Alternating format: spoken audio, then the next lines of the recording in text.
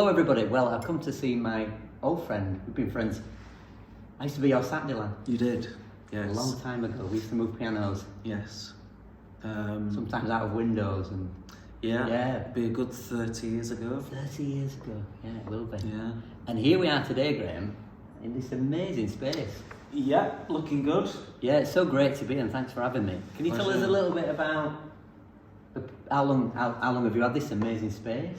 We've only been in here for about 3 weeks. Right, okay. The buying process did start around 2 years ago. We had to get through the change of plans, change of use plans, planning permission. Is that because the diocese owned the building? Yeah, because it was okay. a church. A church, before. right, okay. Been closed for about 3 years, so fell into a bit of disrepair. But the planning procedure took longer than it should have done. It took over a year, and then once we got planning, we could start the buying process proper. So the whole thing's taken just under 2 years from actually seeing it and having the vision of what it could become. Yeah. So it gives me great pleasure to welcome you here today and actually seeing it completed. It's amazing, and everybody watching now sure can see that it's just this amazing space with all these different pianos and this amazing ceiling that you have. Absolutely, we brought that out in different colours. It was actually a very peculiar bright yellow colour with some of it. I don't know quite when it was last decorated, but we did it from scratch. Chose a colour scheme to try and complement the piano, so got a bit of brown. Obviously the whites, which goes nicely against the shiny black pianos. So I think it works quite well. Yeah, overall. Absolutely. And the space outside, it just looks so beautiful when you arrive. Yeah. And so you also, we can't quite see in shot, but I'll show people on the screen that there's some electric pianos as well here. Yeah, we're currently in the, if you like, the temporary electric piano showroom. Okay. It will move into a smaller room because we've got other rooms around the main showroom area. And this area that we're actually sitting on, the vision is to have this as a small performance area. So this is phase 2 really. Right, okay. I've put digitals in here for now, but we've got various things I want to do with the floor. There's actually a marble floor under this. Right, you can't really see on the screen, but a bit of a horrible carpet really that's been glued down onto the marble. So we want to get that up, get it polished, and actually for acoustic point of view it'd be rather nice as well. This beautiful window that's behind us as well, that lets in so much light. And so there's a side room where you've got some more, 2 upright rooms. Yeah, we've got two additional rooms to what you can see here, which are fairly substantial rooms. So that gives us the flexibility of teaching studio. Perhaps somebody comes in that wants to be on their own. Not everybody wants to perform in front of people. Yes, of course. We can then organise the pianos that they're interested in to be in a separate room if necessary. Oh, it also means that we can have 3 or 4 lots of customers in one go and move them around the different areas. So it's a very flexible space. Yeah. And how many pianos you got in here? Well, it's a good question. I think there's around 14 grand pianos. I think there's around 40 or 50 upright pianos. Right, okay. Plus the digital pianos, of which we keep around 7 or 8, something like that. And I think it's worth saying, Graham, you have pianos at kind of every level. Yes, we try and cover all so prices. from being, if you're at a beginner and you've never played before, and you maybe want to start with an electric or a reasonably priced kind of upright. I think it's always been a thing with me, get people started on something that's good. Price doesn't have to be a barrier. I mean, even £500, £1,000 can get you a decent starter piano.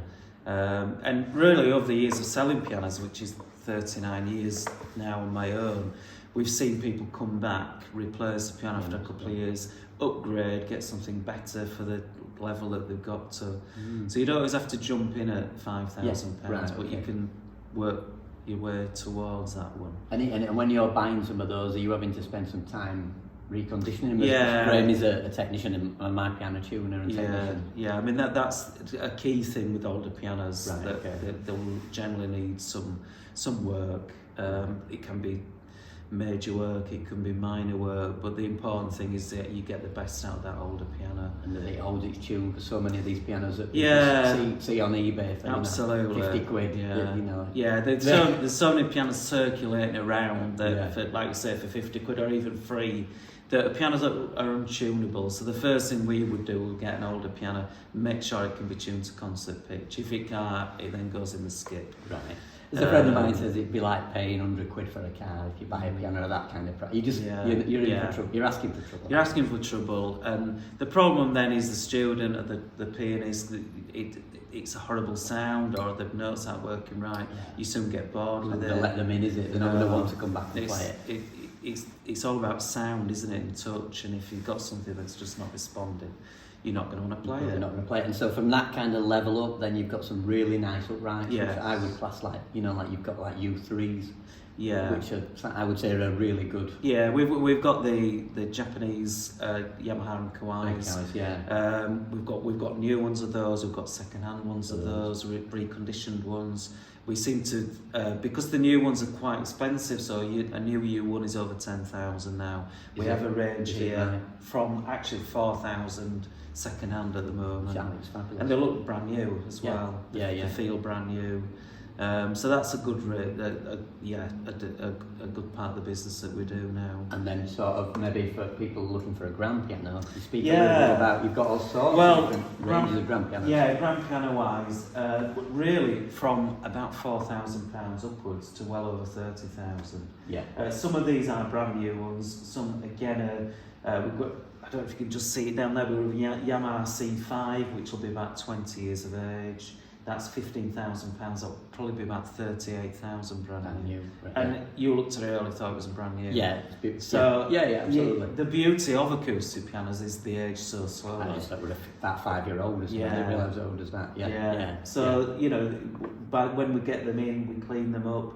There's examples down there of a Kawai that we sold 10 years ago, Kawai grand that's come back in. Right, yeah. Be 13,000 brand new. I think that one's about 8,000, 7,500. Right, yeah. So 5,000 to 10,000 pounds will get you a good. There's certainly be a good choice of grand pianos. Some white ones even. We're up to white grands at the moment. I can see a blue upright as well. You can see a blue upright, yeah. And you used to sell different coloured grands. I remember my student having maybe a red one or something like from occasionally manufacturers will do I think what happens if they get a specific order for a colour, they might do 5 or 10 rather than just one. I don't think the big manufacturers like to do it, so they'll do things in batches, and then they'll suddenly offer you a green piano or something. Because they've actually had to, change all the production to do that piano. To do that piano, it's as cheap for them to do 30 as it is to do one. So your new pianos, you're a Kawai dealer with that? Kawai dealer, a Yamaha dealer, one or two other Pearl River China. Pearl River in China is actually the largest piano manufacturer. I've seen some pictures, it's astonishing. Yeah, some of them are incredible. I mean, if you think 20 years ago we used to laugh about Chinese made pianos, but now we have a Rick Mueller, which we have the agency, which are made in the Pearl River factory. They're all slightly different, so Rick Mueller will specify a certain type of hammer, so they've got their own character of sound, but essentially they're using the back and the string and everything of soundboard and things. I would say they probably are the same. I think they finish off more with the actions and specification of hammers and things. But at the end of it, you've got something slightly different, but it's coming out of a massive mass-produced factory. Now, the advantage of that is, and I know we can't really see it, but it's the second one down. It's a brand new, lovely upright piano in shiny black under £4,000. Yeah. So it's really good value for money. Yeah. Old its tuning. Yeah, it'd be a good piano for someone. And as far as tuning is concerned, when people buy a piano off you, what do you tend to? You've obviously got the good question I always get asked is, how did you get this piano in? If it's a grand piano, right? I mean, I know Graham suffered with his back. Yeah, well, my back and my knee, it's all years of things. How do we get them in? Well, grand pianos turn on the side, so they're not as big. We don't move them like that. It's funny actually when I talk to people, we'd love a grand piano, but we never get it in because they think that you would move them just like they are. Right. So when I actually explain to people, we put them on the side, and they're not that different to an upright piano when they're on the Not side. on the side, are they? I sort of say to people it's like a glorified skateboard. It goes on a big skateboard, yeah. We call it a shoe. You call it a shoe, right? Okay, I'll get the word. And the piano tips over and then somebody lifts the end and then the wheels go under and then you're away. Yeah. But we do things. We people that we work with, specialist piano movers, that will hire cranes and things. We can get... so you do stuff. Yeah, we've had, and that is really quite scary when you actually see a grand piano in the air, 30, 40 foot in the air. That is actually frightening. We once took one out of a window when I was a teenager. Did we? Yeah. The window were out. Was but it? It were an old piano. It were going to yeah, the tip, I think. Yeah. You know. Yeah, sometimes we take them out of windows. I don't actually remember that. I don't really have a memory. So you could be telling you were told me you had a anything. good decade. Yeah, you could, absolutely. You could be telling me anything now. Well, I'll nod. Yeah. But yeah, I'm sure we did. It's some. So yeah, so you do difficult moves, don't you? Up lots of steps. We do. So a grand piano, you shouldn't be put off buying a grand piano because of your doorway, should you? No, absolutely not. No. There'll be so far you go then before you maybe get some specialist if it's absolutely. Like a block of flats or at a second level or something. We would assess the job, and if we needed to bring somebody from the outside in, we would.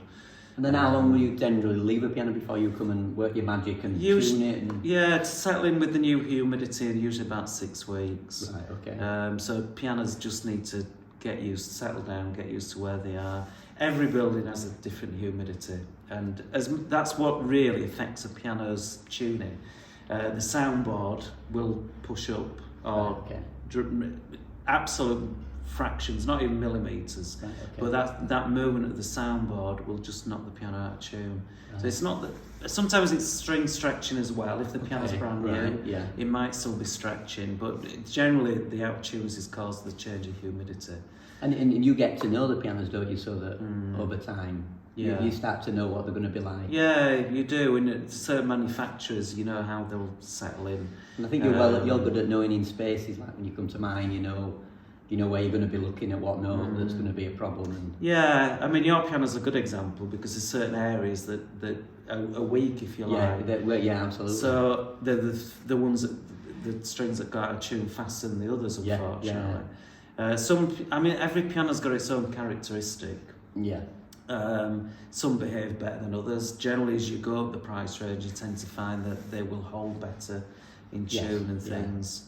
And I think that's just the quality of the ingredients, the way that the wood's been slowly matured and things like that. Because obviously, if you make a piano really fast, you're perhaps cutting down on having the timber laid outside for 10 years. And there's one man, is it Kauai? Yeah, I think it's Shigeru Kauai, that they make their frames and then bury them in the sand for 20 years or something. I'm not sure what that does. It certainly reads well, and I think I saw a stat, and you could correct me, that don't like these Pearl River and that make more pianos in a week than Steinway would make in a year. Absolutely. Yeah. I mean that's not belittling the quality of them. It's just if you've ever seen pictures of the Pearl River, and it's a massive. I mean I don't know how many they make a day, but it'd be in the hundreds. It'll be thousands a week, I would have thought. And if you think Steinway probably make 300 pianos a year. Yeah. They'll be doing that more than that in a day. I mean, and I know from teaching online, some of my students are from China, and they're just absorbing Western culture, and probably a lot to do with Lang Lang as well, and the popularity of the piano. Yeah. So with the space, are you hoping to put on some concerts and things? Yeah, we are. And very early days at the moment. I'm just trying to recover mentally and everything. I can imagine. From actually getting moved in, but this space we're actually sitting in.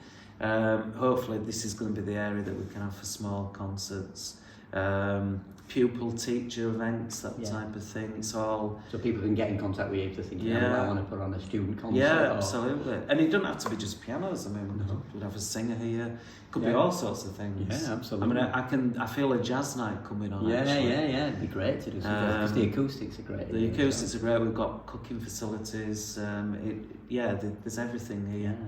And there's a toilet block with disabled toilets. Nice, easy access. One thing, plenty of parking. There's loads of parking. You just mentioned access. I was going to mention that because everywhere, all the exits and everything are all ramped. So that makes it fantastic for us. Yeah. The building, when it was owned by the church, in 2006, they did spend quite a lot of money here. Right, okay. Adding an extension on and doing the ramps and things. Because obviously for public use, it's you need certain things. And how was disabled access. It was built in 1895. Right, wow, okay. So there's a bit of history here. Yeah, yeah. And I was saying to you earlier, Paul, it's not over churchy. No, it's not. And it was actually built as a mission church for the parish church, which was St Mary's in Illingworth, now sadly closed. The advantage for us here is that with it being a mission church, it means there were never any burials. Right. So we've got some lovely gardens here, and I can call them gardens rather than churchyards. Yes, of course. Our churchyard, because there's never been any burials, so we don't have any restrictions there. Right, oh, that's good. Whereas obviously if it's a burial ground, you've got to make it open for the public, which is not a problem. But actually we've got some really nice private grounds. So on a summer's evening we can have a nice concert, open the doors, and people can wander outside. And absolutely fabulous. So tell us, just before we finish, Graham, whereabouts you are. Right, the new showroom is in Halifax. Because everybody knows where you used to be. Yeah. And you've moved now, so Yeah, a bit of a risk moving, been 39 years at the old place. Right, yeah. We're now in Halifax. Well, we were in Halifax before, technically. We're further towards the centre of Halifax. Right. And actually 2 miles from the train station. So if anybody gets the train, we can pick them up, or they can easily get a taxi. Yeah. So we're on Beechwood Road in Holmfield, Halifax, HX2 9AR. Brilliant. And you're very welcome. Space. And thanks for inviting me. Pleasure. All right. Thanks, Paul.